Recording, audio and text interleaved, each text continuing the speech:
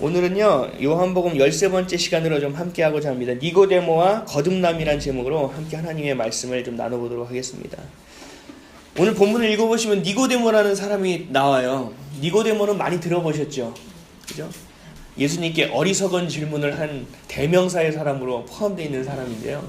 이 니고데모라는 사람은 사실은 굉장한 사람입니다. 우리가 무시할 수 없는 사람이에요. 당시 이스라엘의 정치, 경제, 사회, 문화, 종교를 총괄하고 있는 곳이 산헤드린 공의회였어요.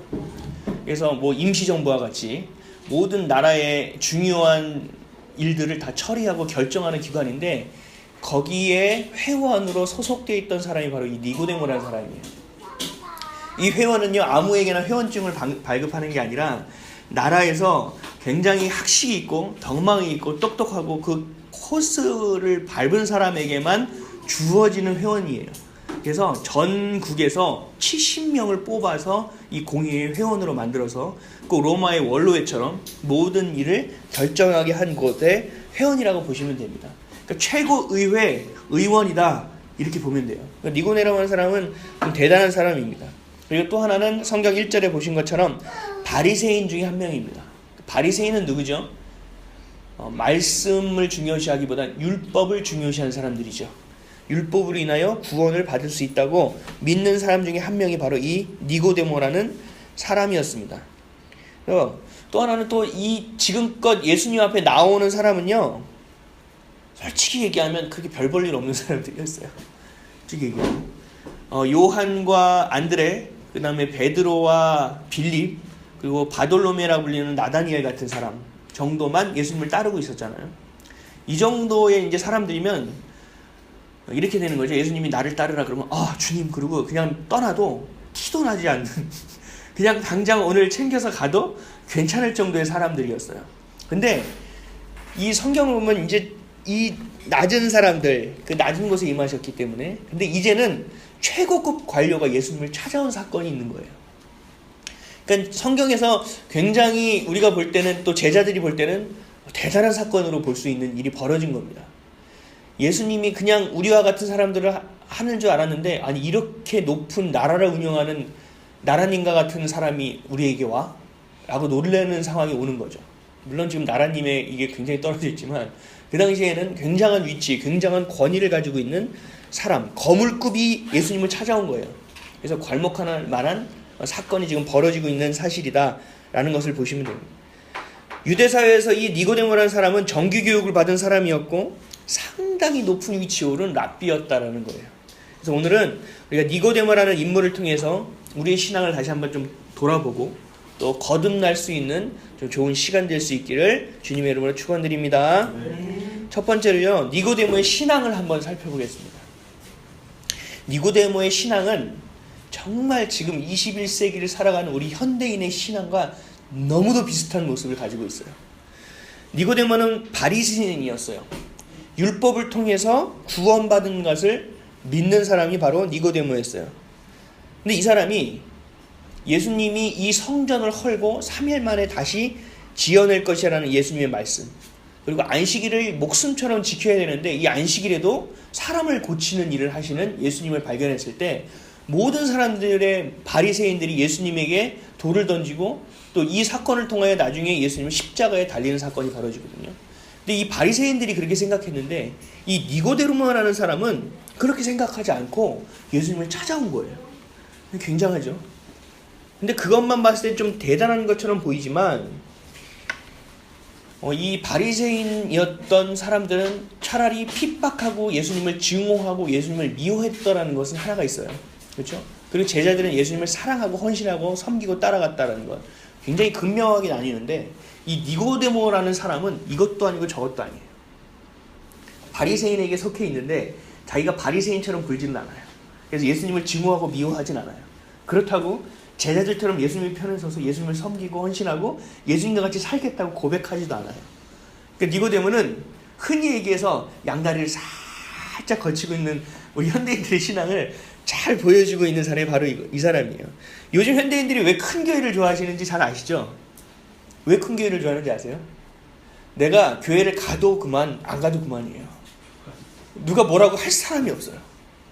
교구장도요 구역장도 사람이 너무 많으니까 누가 왔는지 안 왔는지도 잘 몰라요. 그리고 교회가 크니까 어디서 예배해서 그냥 2층에 있었어? 뭐 그러고 그냥 끝나는 거죠.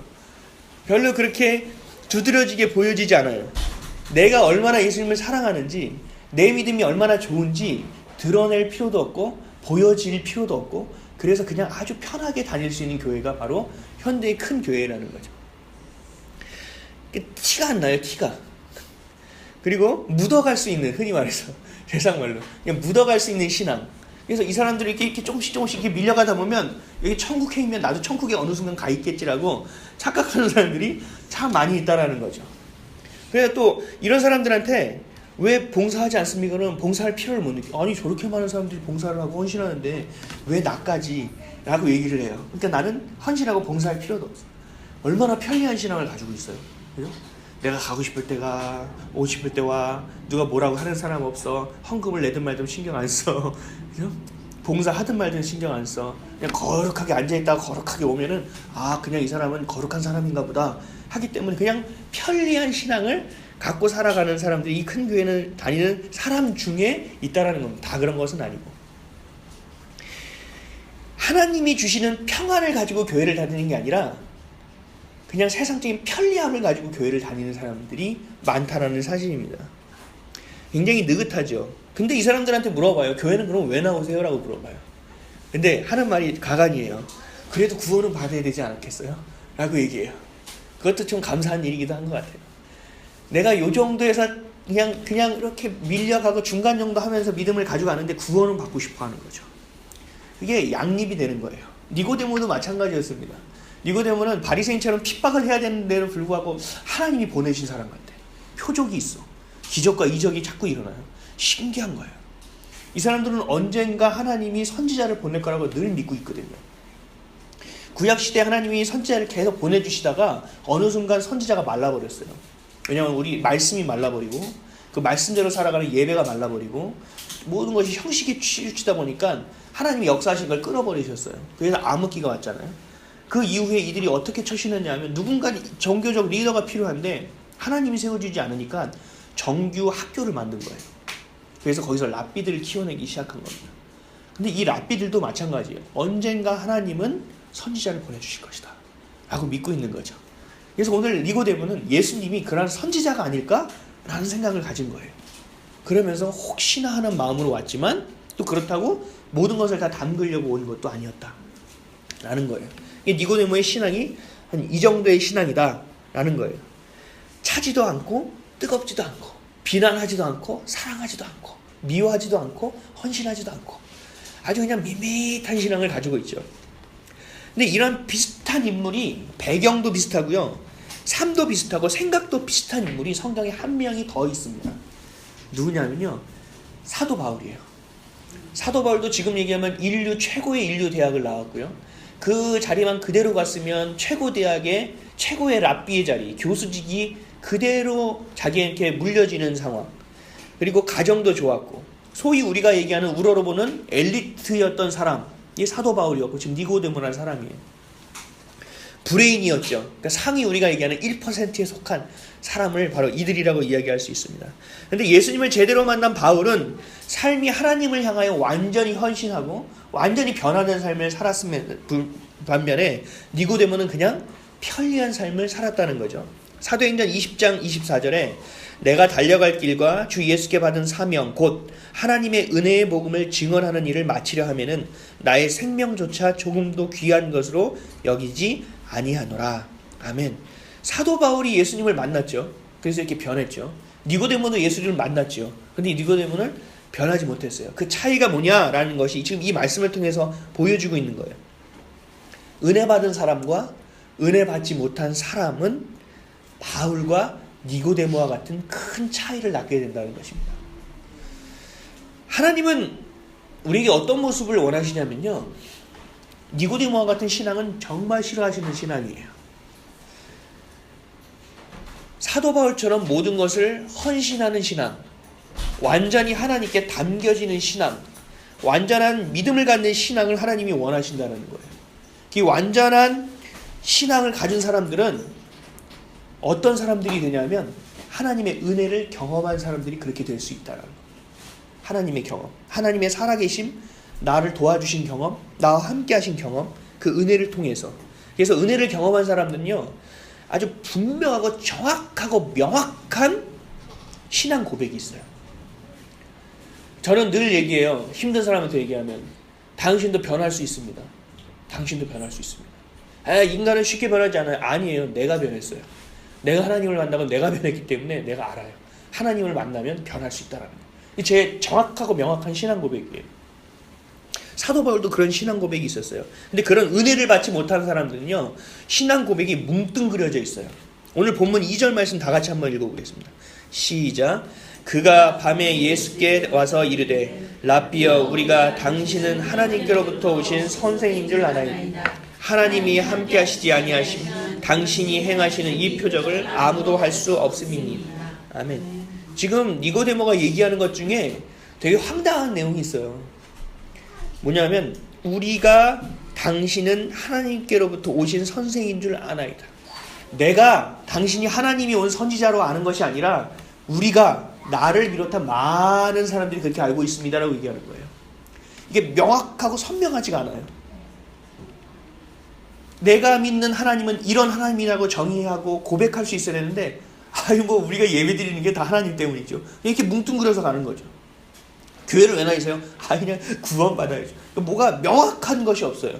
사도 바울처럼 내가 이 길을 가는 것은 내 생명도 아낌없이 갈 수 있는 길이다라고 분명한 고백하는 것이 없다라는 거예요. 내가 없어요. 주체가 없어요. 또 하나는 뭐냐면요, 이 니고데모는요, 낮에 찾아오지 않고요, 언제 찾아왔냐면요, 밤에 찾아왔어요. 밤에. 낮에 당당하게 찾아오지 못해요. 왜냐하면 그만한 확고한 믿음이 없기 때문에 그래요. 내가 낮에 이 사람을 찾아갈 때 많은 사람들이 보고 나를 박탈시킬 수도 있고, 내 위치를 다 없앨 수도 있고, 나를 지금까지 우러러봤던 사람들이 나에게 돌을 던질 수도 있는 상황이 오기 때문에 이 니고데모는 밤에 예수님을 찾아온 거예요. 또 하나는 표적을 통해서 예수님의 존재가 하나님으로 보내신 선지자로 알게 된 거예요. 눈으로 보이는 것만으로 판단했다라는 거죠. 어떤 하나님이 주신 랍비 정도 되면 하나님이 주신 말씀을 달달달 외우는 사람이거든요. 근데 그 말씀에 의지하여서 온 것이 아니라 그 표적과 이적을 보고 예수님을 찾아갔다라는 것입니다. 이 모든 게 다 그런 것 같아요. 내가 정확하게 경험하지 않은 이상 잘 몰라요. 사람들은 그래요. 내 마음을 누군가는 이해해 줄 수 있을까? 이해 못해요. 내 삶을 내가 경험해보지 않았기 때문에. 그래서 저는 늘 하나님께 기도하는 게, 하나님, 저는 이분의 마음 상태와 어려움과 아픔을 잘 모릅니다. 근데 주님은 아시잖아요. 그러니까 주님이 위로해 주세요. 주님이 해결해 주세요. 주님이 만져주세요라고 기도합니다. 우리는 이해할 수 없어요. 그래서 저는 이해가 안 되는 것 때문에 늘 시험에 많이 들었거든요. 도대체 왜 저래? 아니, 상식적이야? 이건 말이 안 돼? 맨날 이래서 시험에 들었어요. 그러다가 제가 이걸 깨닫고 나서는 나중에, 내가 이해할 수 있는 폭과 한계는 정말 분명한 유한하구나. 안 되는구나. 그냥 인정하자. 이 사람이 이런 모습을 가지고 살아가는 거? 그래, 이 사람의 모습이구나. 이건 이 사람이구나. 그냥 인정하자. 내가 이걸 가지고 달달 볶고 뭘 한다고 이 사람이 변할 수 있는 것이 아니야. 그냥 인정하고 하나님께 맡기자. 그래서 저는 그다음부터 하나님께 맡기기 시작한 거예요. 재수없는 사람도, 짜증나는 사람도, 미워하는 사람도 맡기고, 위로받아야 될 사람들, 내가 사랑하고 섬겨야 될 사람들도 하나님께 맡기고, 인정하고 하나님께 나아가니까 하나님이 만져주시는 일들이 있다라는 겁니다. 아무리 해도 내가 직접 경험해보지 않는 이상 사람들의 마음에 와닿지는 않아요. 노래를요, 정말 잘하는 사람이 원작자가 아닌 그 곡을 부르잖아요. 감흥이 있긴 있어요. 정말 잘하는 사람들이 감정이입을 해서 부르면. 근데 조금 나이가 들어서 목소리가 쇠하고 높은 음이 올라가지 않더라도 그 원작자가 그 노래를 불렀을 때 그 느낌은 완전히 다릅니다. 그 원작자가 자기가 경험한 것들을 가지고 이야기하는 것이기 때문에 그 깊이가 다른 거예요. 그런 것처럼 우리의 신앙도 마찬가지예요. 얘가 믿은 하나님이 참 좋아서 왔어요. 제가 믿은 하나님이 참 좋아서 왔어요가 아니라, 내가 어떤 하나님을 믿느냐가 가장 중요하다는 거예요. 내가 어떤 하나님을 만나느냐가 정말 중요하다는 거예요. 그것을 만났을 때 그 모든 것이 우리에겐 은혜가 된다라고 얘기하는 겁니다. 바울은 예수님을 만났고 은혜를 경험했지만, 니고데모는 예수님을 만났지만 그 은혜를 경험하지 못했다라는 거예요. 그렇기 때문에 하나님은 우리에게 늘 얘기하는 것이 완전한 신앙을 원하는 거예요. 완전한 헌신을 원하는 거예요. 요한계시록 3장 16절에 내가 이같이 미지근하여 뜨겁지도 아니하고 차지도 아니하니 내 입에서 너를 토하여 버리리라. 완전한 신앙을 가지고 완전한 헌신을 하지 않으면 너희는 그런 은혜를 경험할 수 없어. 그래서 너희는 차든지 뜨겁겠지 하는데 뜨겁지 않은 너희들은 내가 입에서 토해버린다고 말씀하시는 거예요. 굉장히 강하게 말씀하시는 거예요. 은혜를 알고 모르는 것은 우리의 구원에도 영향이 미쳐진다는 것입니다. 은혜는 받아도 그만 안 받아도 그만이 아니라 그 은혜를 통하여 우리의 삶이 결정되어진다는 거예요. 니고데모의 신앙에서 바울의 뜨거운 신앙으로 변화되는 저와 여러분 되시기를 주님의 이름으로 축원드립니다. 아멘. 교회의 참 모습의 모델, 하나님의 자녀로서의 모델이 이 사도 바울의 모습이에요. 예수님을 만났을 때 이렇게 뒤바뀔 수 있는 모습, 예수님을 만날 때 헌신할 수 있는 모습, 예수님을 만날 때 생명을 아끼지 않는 모습, 예수님을 만날 때 가는 곳마다 생명을 전할 수 있는 모습, 예수님을 만났을 때 어떤 것도 두려워하지 않는 모습, 예수님을 만났을 때 옥에 있던 핍박을 당하든 뭘 하든 그 기쁨을 잃지 않는 모습, 이것을 우리에게 하나님이 주시기를 원하신다라는 거예요. 그러기 위해서는 우리가 하나님께 완전하게 잠겨 있어야 됩니다. 성령에게 완전히 사로잡혀 살아가야 합니다. 그래서 예수님을 만나면 변화됩니다. 그 예수님을 경험하면 은혜를 얻게 됩니다. 그리고 그 은혜를 경험하면 우리 마음에 뜨거운 무언가가 자리 잡게 돼요. 내가 이것을 하지 않으면 내가 정말로 힘들다, 어렵다, 정말 죽을지도 모른다 라는 사도 바울 같은 고백이 있게 된다는 것입니다. 이 사랑을 통해서, 헌신을 통해서, 뜨거움을 통해서 하나님을 향한 삶을 맛보시는, 그 은혜를 맛보시는 저와 여러분 되시기를 주님의 이름으로 축원드립니다. 두 번째는요, 니고데모는 표적에 관심이 많은 사람이었어요. 니고데모가 예수님을 찾아온 결정적인 이유는 예수님이 하시는 기적과 이적, 세상적으로 드러나는 표적을 보고 예수님을 찾아온 거예요. 예수님이 병을 고치신 것, 예수님이 귀신을 쫓아내신 것, 그런 모든 이적과 기적을 보고 찾아온 거라는 거죠. 본문 2절 말씀 다시 한번 읽어볼게요. 시작. 그가 밤에 예수께 와서 이르되 랍비여 우리가 당신은 하나님께로부터 오신 선생인 줄 아나이다. 하나님이 함께 하시지 아니하시면 당신이 행하시는 이 표적을 아무도 할 수 없음이니이다. 아멘. 이런 표적 때문에 예수님을 따르는 사람이 굉장히 많았고 니고데모도 그 중에 한 명이었다라는 거예요. 이 시대가 점점 악해지고요. 우리가 흔히 말하는 말세의 시대로 갈 때 가장 극명하게 보여지는 게 있어요. 뭐냐면 사람들이 과학이라는 이름으로, 지식이라는 이름으로 보여지는 것만 믿게 해요. 보여지는 현상만. 따라서 보여지지 않는 것에 대해서 또 박해하는 것이 아니라 어떻게 교묘하게 가냐 하면 보이지 않는 것은 이럴 수도 있고 저럴 수도 있다고 얘기해요. 왜냐하면 아직 증명되지 않은 것이다 라는 거죠. 그래서 이들이 얘기하는 것은 이럴 수도 있고 저럴 수도 있기 때문에 일단 모든 것은 용인해줘야 된다. 인정해줘야 된다. 굉장히 좋은 말처럼 느껴지죠. 근데 이게 바로 뭘 얘기하냐면 지금 우리가 살아가는 사조예요. 포스트 모더니즘의 시대를 얘기하는 거예요. 포스트 모더니즘의 시대가 뭐냐면 절대 기준이 없어요. 절대 가치가 없어요. 절대적인 것은 다 박해하는 시대라는 거예요. 이럴 수도 있고 저럴 수도 있는 것. 이것이 증명이 되면 그때 가서 다 옳다라고 이야기하면 되는 것. 굉장히 따뜻하고 모든 사람을 안아주는 것처럼 보이지만 하나님에게 정면으로 대적하는 사조예요. 하나님은 우리에게 뭘 주셨냐면 말씀을 주셨어요. 그러면서 뭐라고 얘기하냐면 이것이 절대 기준이다라고 말씀하셨어요. 그러면서 예수님이 오셔서 뭐라고 하셨죠? 나는 길이요 진리요 생명이다. 예수님이 하시는 모든 말씀이 진리라고 얘기했어요. 근데 세상에선 지금 뭐라고 했냐면 진리는 그래 너희도 진리일 수 있어. 그리고 불교도 진리일 수 있어. 이슬람도 진리일 수 있어. 우리가 어차피 다 하나의 신을 섬기잖아. 그래서 영어 단어가 God이야. 그래서 우리는 다 하나야.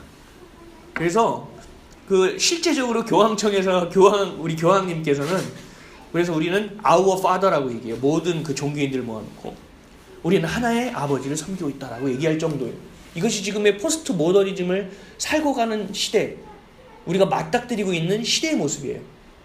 그 중에 우리가 가장 피부로 지금 와닿고 있는 게 뭐냐면 동성애라는 것입니다. 동성애. 남자가 남자가 사랑할 수도 있지. 여자가 여자가 사랑할 수도 있지. 왜 꼭 그렇게 살아야 돼? 살다가 뭐 크게 잘못된 일 있어? 아니잖아. 라는 거예요. 그리고 애들 어차피 둘이 같이 살아서 애 낳고 다 버리는 사람이 투성인데 우리가 남자가 남자끼리 살고 여자가 여자끼리 살고 그 아이들을 잘 키워내면 그만이지. 니네들은 버렸잖아. 우리는 그래도 선한 일도 한다? 하면서 우리가 좋은 열매를 거두고 있다고 계속적으로 보이는 일을 하고 있어요. 그래서 이런 사람들이 정치적인 세력화되고 하면서 이것이 인권이라는 이름으로 변화되고 그래서 이것이 존중되어야 된다는 이름으로 변화되고 있어요. 성경에 완전히 반하는 일이라는 거죠. 지금 악한 시대로 갈수록 보이는 것들에 대해서 굉장히 치료한다는 거예요. 우리도 마찬가지죠. 제가 대학생들에게 이렇게 전도하니까 대학생들이 그랬다고 했잖아요. 예수님 믿어라, 복음이 이런 것이다. 내가 만난 예수님은 이래. 너희들도 좀 잘 살았으면 좋겠어. 너무 눌리지 마라. 꿈을 가져. 이렇게 설명해 주는데 나중에 잘 들어. 그러다가 저한테 뭐라면 예수님을 좀 보여주시면 안 돼요? 예수님을 보여달라는 거예요. 보여야 믿겠다는 거죠. 요즘 어린이들 유초등부 가면요, 큰 교회 가면 전도사님 말씀 하나도 안 들어요. 다 영상을 틀어줘야 돼요.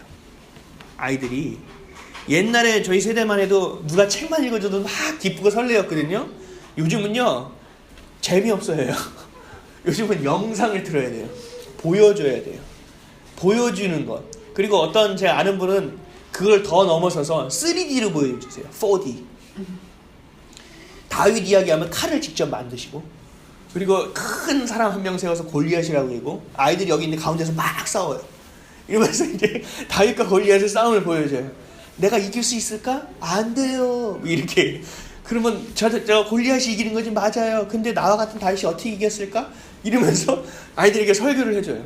물론 나쁜 건 아니에요. 와닿겠죠. 근데 문제가 뭐냐면 이렇게 보여지는 것을 보다 보면 나중에 모든 것이 다 보여지는 것으로 익숙해져 버려요.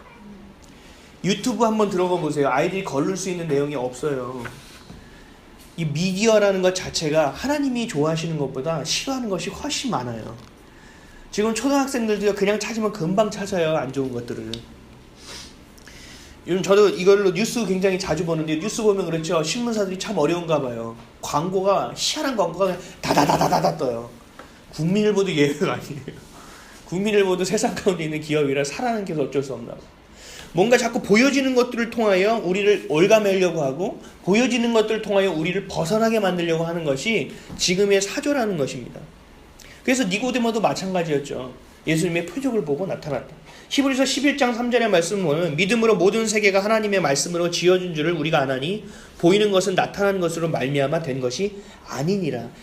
쉽게 얘기하면 보이는 것은 전부가 아니라고 얘기하시는 거예요. 보이지 않는 것은. 보이는 것은 전부가 아니에요. 니고데모라는 높은 지도층의 인사가 예수님을 직접 찾아와서 표적을 보고 왔습니다라는 것도 한번 대단한 것 같아요. 그렇죠? 그리고 정말 대단하십니다. 당신은 하나님의 선지자이십니다. 나는 다른 사람처럼 당신을 적대시하지 않습니다라고 니고데모가 찾아왔어요. 근데 이렇게 찾아온 니고데모에게 예수님이 뭐라고 하시냐면 3절 말씀이에요. 다 같이 한번 읽어보겠습니다. 시작. 예수께서 대답하여 이르시되 진실로 진실로 내게 이르노니 사람이 거듭나지 아니하면 하나님의 나라를 볼 수 없느니라. 아멘. 되게 높은 관료층이 왔어요. 예수님 표적을 보니 참 대단하신 분입니다. 그러면 너가 표적을 보지 말아라. 하나님의 말씀을 살아라. 이 정도면 제가 이해할 수 있는데 예수님 갑자기 동문서답 같은 이야기를 하는 거예요.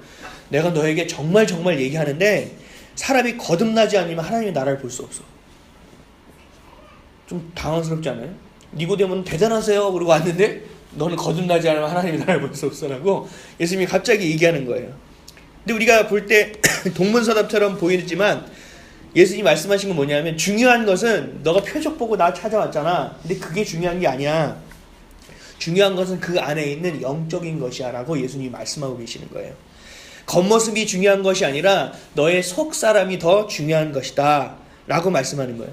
율법을 지키고 겉으로만 너희가 구원받은 자라고 살아가는 너 바리새인이잖아. 그렇잖아. 그 겉으로 하는 그 율법과 살아가는 이 모습들 이게 중요한 것이 아니라 너 내면에 하나님을 향한 신앙이 있냐? 너 내면에 하나님을 바라보는 신앙이 있냐? 라고 예수님이 콕 집어서 얘기하고 계신 거예요. 누가복음 10장 19절에서 20절 말씀에 내가 너희에게 뱀과 정갈을 밟으며 원수의 모든 능력을 제어할 권능을 주었으니 너희를 해칠 자가 결코 없으리라. 그러나 귀신들이 너희에게 항복하는 것으로 기뻐하지 말고 너희 이름이 하늘에 기록된 것으로 기뻐하라 하시니라. 얘기가 뭐냐면 예수님이 70명을 파송했어요.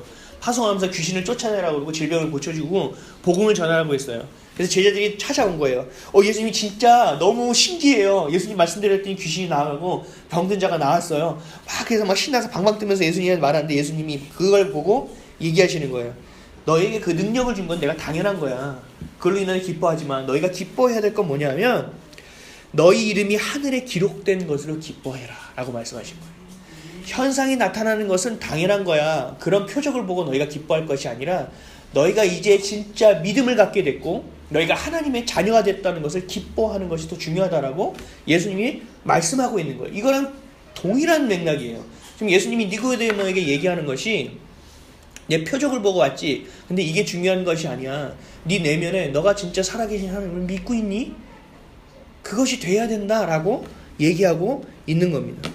근데 그것을 다른 것으로 얘기하는 것이 거듭남이라는 단어를 통해서 얘기하고 있어요. 거듭남. 거듭남이라는 단어 들어보셨죠? 근데 거듭남이 뭐예요? 거듭남. 네? 새로 타는 거죠, 그렇죠? 그래서 우리가 그렇게 얘기하죠. born again. 영어로 표현할 때 born again. 다시 태어난다. 그리고 reborn. 또 다시 태어난다. 그렇죠? 두 번째 태어난다면 다시 태어난다. 이런 의미를 우리는 거듭남이라고 알고 있어요. 그래서 이 니고데모가 굉장한 학식을 가지고 있는 사람인데 우리가 비슷하게 이해했어요. 다시 태어난다. 그냥 born again으로 이해했어요. 그래서 니고데모가 4절에 이런 질문을 하는 거예요. 4절 말씀 다 같이 읽어볼게요. 시작. 니고데모가 이르되 사람이 늙으면 어떻게 날 수 있사옵나이까? 두 번째 모태에 들어갔다가 날 수 있사옵니?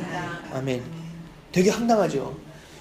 이 내용만 보면 니고데모가 어떤 사람인지 모르고 이 내용만 보면 저런 질문을 예수님한테 저거 완전 초짜구만. 아무것도 모르는 사람이야.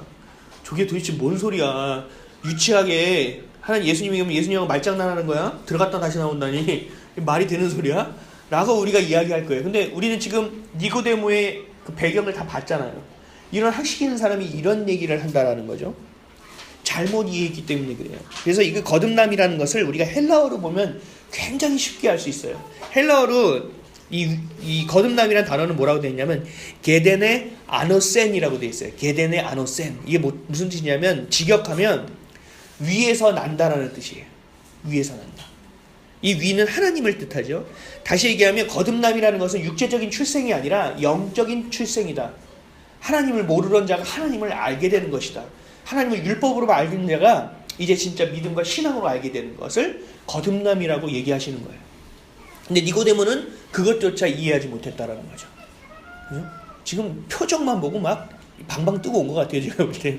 그래서 이 거듭남이라는 것도 모르는 거예요. 이 사람은 70인의 지도자 중에 한 명이었는데도 불구하고 이런 무식한 질문을 왜 던졌냐? 왜? 제가 이렇게 학교 가서 질문하라고 하면 우리 바이블톡에서도 마찬가지로 질문하라면 좀 움찔움찔하세요. 왜냐하면 이 질문이 좀 유치한 것일 수 있기 때문에. 그리고 이 질문을 통해 내 바닥이 드러날 수 있기 때문에. 이 질문을 통해서 내 수준이 보여질까 봐 좀 겁나서. 질문하기 되게 어려워요. 학생들도 마찬가지예요. 다른 애들이 나 공부 잘하는 줄 아는데 이 질문하면 너무 유치하지 않을까? 다른 아이들도 다 알고 있는데 이건 좀 그렇지 않을까? 이 사람도 더 했을 거예요. 아마 니고데모는. 많은 제자들이 있고 어떻게 보면 굉장히 낮은 자기는 굉장한 높은 관료가 가가지고 이런 질문을 한다는 게 쉽지 않은 거였을 거예요. 그러니까 니고데모의 마음은 예수님의 말씀을 정말 진실하게 듣고 싶은 마음을 가지고 예수님을 만났다는 것을 우리가 알 수 있습니다. 예수님의 말씀을 아주 진실하게 여기려고 했어요. 그러니까 니고데모도 나름대로의 삶 가운데 갈증과 또 어떤 갈급함과 이런 갈망이 있었다라는 거예요.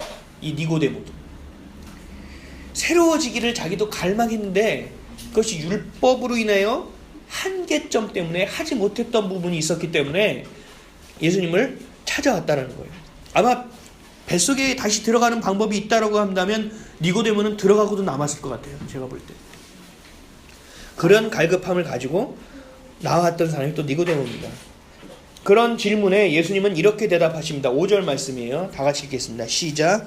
예수께서 대답하시되 진실로 진실로 내게 이르노니 사람이 물과 성령으로 나지 아니하면 하나님의 나라에 들어갈 수 없느니라. 아멘. 3절에서는 거듭나지 아니하면 하나님의 나라를 볼 수 없다고 얘기했는데 5절 말씀에는 물과 성령으로 거듭나지 아니하면 하나님 나라에 이제는 들어갈 수조차 없다라고 이야기하고 있습니다. 하나님의 나라를 보신 분 계세요? 하나님의 나라를 보신 분?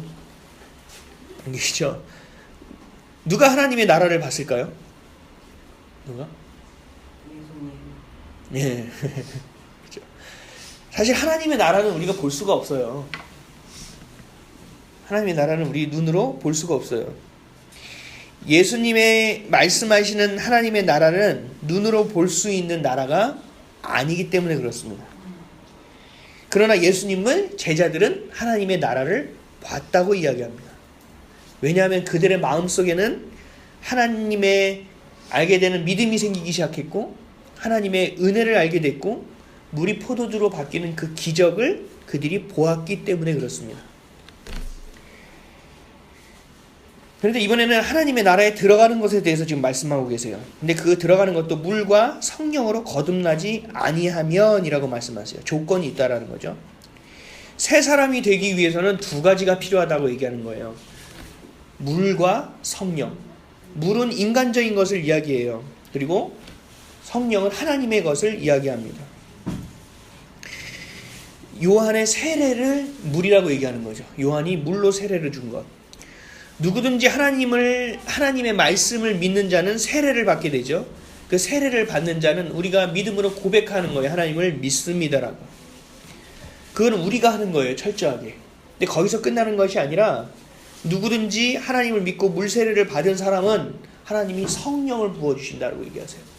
성령을 부어주셔서 그 영혼과 생각과 감정을 모두 다 하나님의 능력으로 바꿔주시겠다고, 변화시켜 주시겠다고 우리에게 말씀하시는 거예요. 그러니까 우리 몸의 하드웨어, 우리 이름, 우리 얼굴, 우리의 상태 이런 것만 놔두시고 나머지는 싹 다 바꿔주시겠다고 말씀하시는 거예요. 뭘 통해서? 성령을 통해서 우리를 변화시켜 주겠다고 말씀하시는 거예요. 완전히 하나님의 것으로, 완전히 새 것으로 만들어 주시는 것, 이것을 우리는 거듭남이라고 얘기합니다.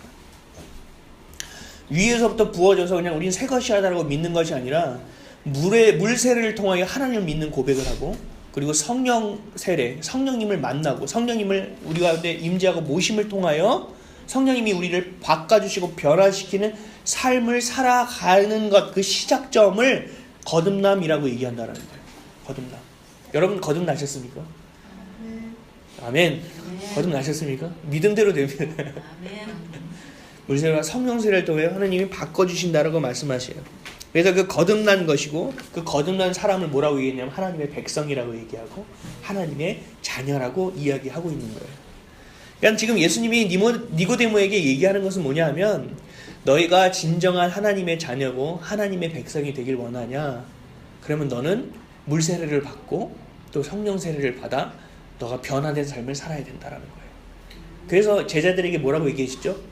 나를 따르라고 말씀하신 거예요. 나를 따르라. 이 세상에 이런 것들이 아니라 너희가 나를 진정으로 따르라.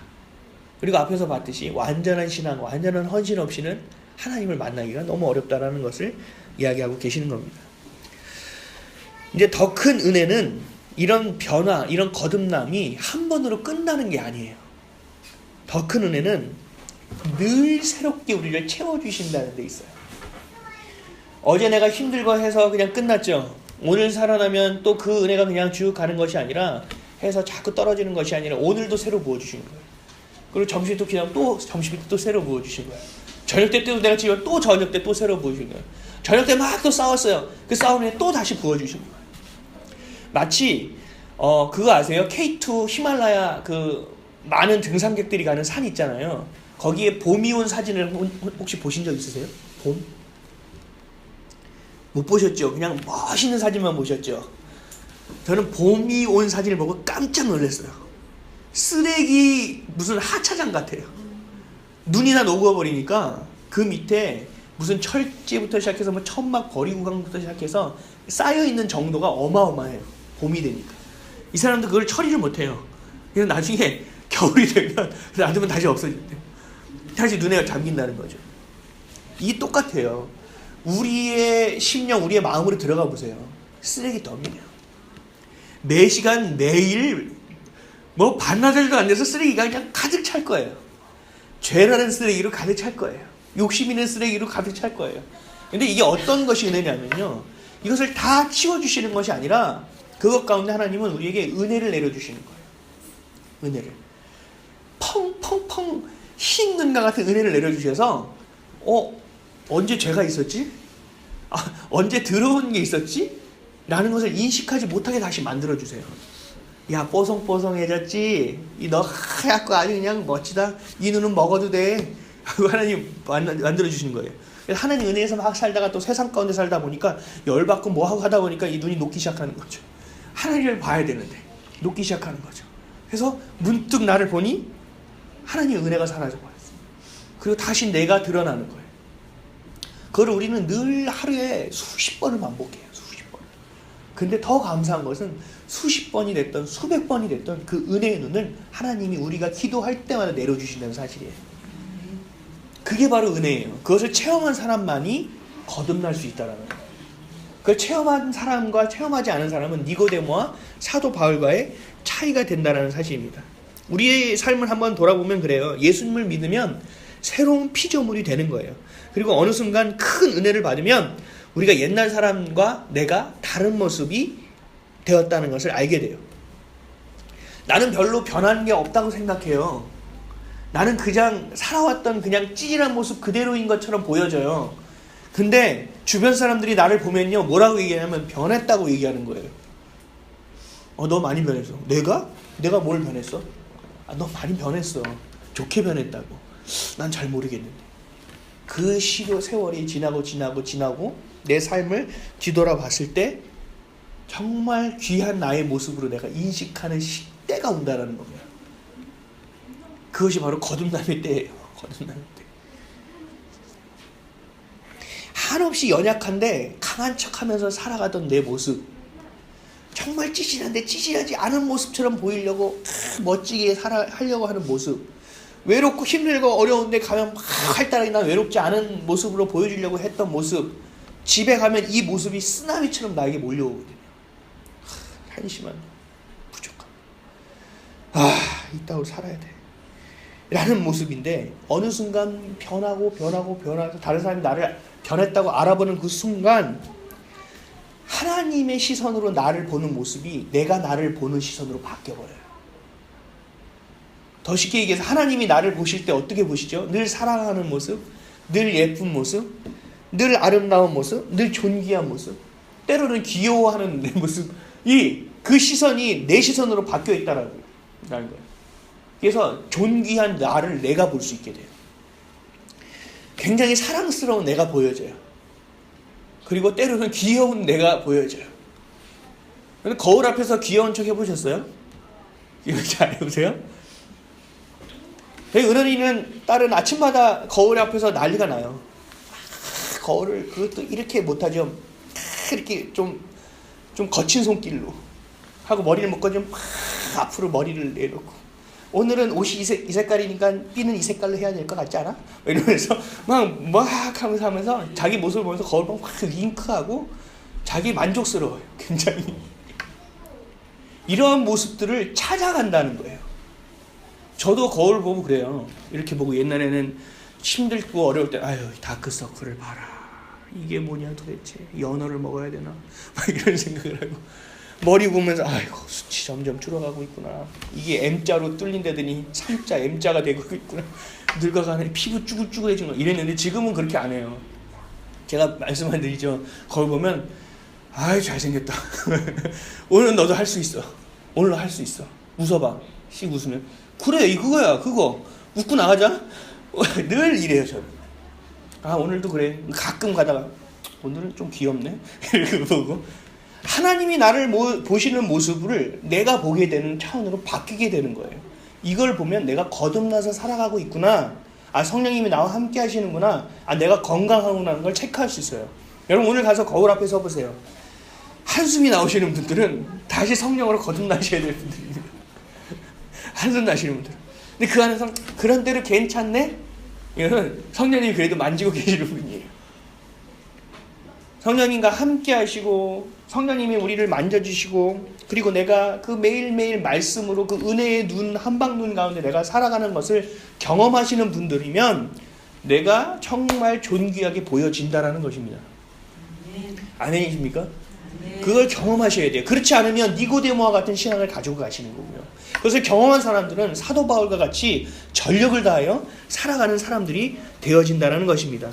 성공만을 따라 성공만 하려고 살아갔던 내가 이제는 믿음으로 살아가는 내가 되는 것을 발견하게 된다는 것입니다. 예수님은 니고데모에게 말씀하시는 거예요. 네가 믿음을 가졌으면 좋겠다. 너가 물과 성령으로 거듭났으면 좋겠다. 네가 내가 주는 참 기쁨을 맛보았으면 좋겠다. 지금 우리에게 하고 계시는 말씀과 동일합니다. 하나님은 여러분들이 기쁨으로 살아가길 원하시고 여러분들이 평안함으로 살아가길 원하십니다. 여러분들이 주신 능력으로 누리며 살아가길 원하십니다. 그것들을 다 활용하고 이용하고 가지고 살아가시는 저와 여러분 되시기를 주님의 이름으로 축원드립니다. 거울 보시고 만족스럽고 거울 보시고 주님이 나와 함께 하심을 기뻐할 수 있는 여러분 되시기를 주님의 이름으로 축원드립니다. 기도하겠습니다.